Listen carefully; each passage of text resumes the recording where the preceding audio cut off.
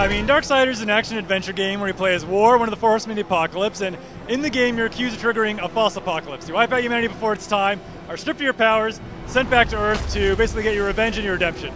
Here at PAX, you know, this is the only game out there you're going to play as a horseman of the apocalypse, so we made Ruin, your flaming phantom steed, brought him to life. We're letting the fans try it out, see what is it actually like to be a horseman of the apocalypse, if you can hang on. If not, better luck when the game comes out in January, you know? People love it. I mean, first you had the people run in there like, I can't believe you guys brought this to PAX, lining up to get on there, and then you got this crowd, at least 50 to 100 people at all times, watching the thing, never has died down, and they're just kind of mesmerized, and I never get tired of seeing guys get thrown off it, so it's been a lot of fun. People love the game. I mean, the two go hand in hand.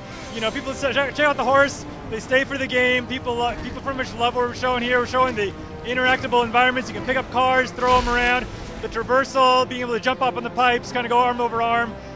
We're showing a lot of cool cutscenes today. You got Mark Hamill playing the Watcher, you got Phil Lamar playing Vulgrim, Liam O'Brien is War, so you got story, you got the great combat system, the comic book art style by Joe Madureira, the mature storylines. We're showing off the complete package today. Not so fast, horseman.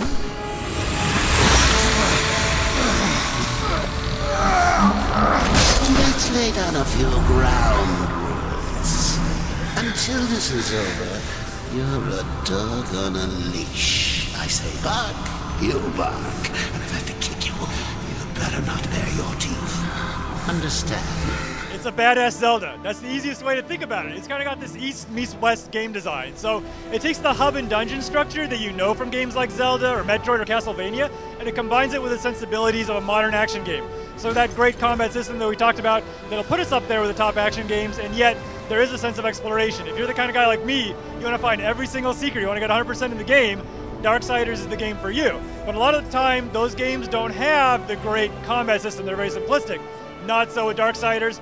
Plus, we deliver on the cutscenes, we deliver on the storyline, and then we got Joe Mad with that graphical art style. It's pretty much everybody against War. I mean, you're hunted by heaven, you're hated by hell. The angels have kind of been trapped on Earth after the apocalypse, and they blame you for causing a false apocalypse. Meanwhile, the demons hate War. He's a symbol of order in the universe, and obviously demons are unruly. They're always going to be against that. So you're pretty much on your own. Everybody blames you for causing the elimination of humanity, and you've got to kind of make some allies that you would normally not associate yourself with, and kind of use those guys to help you, point you on the right way in your quest, and help you regain your powers as much as you can.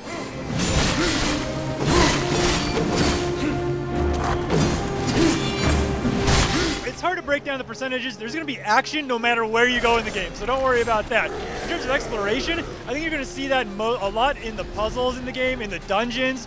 When you go through there, you're going to get a new item in each dungeon. You're going to use those to solve the puzzles. It may be something like the crossblade, which is like a boomerang-style weapon, but it's cool because you can paint many different targets and hit them in the right order. A lot of the puzzles will be dependent on getting that right order or transferring elements. In the more the open world, it is kind of a game like Castlevania or Metroid, where if you get certain items, you'll be able to realize, oh, now I can break this obstacle I was never able to get through before, now I can make this jump, and then you're going to find secrets in the game that maybe your friends who just want to burn through the game aren't going to get. So your character will end up becoming very different than maybe your friend's character who just wants to blow through the game. The game's coming out January 5th, so bring your gift cards, bring your games to trade in. It's going to be the first big hit of the year.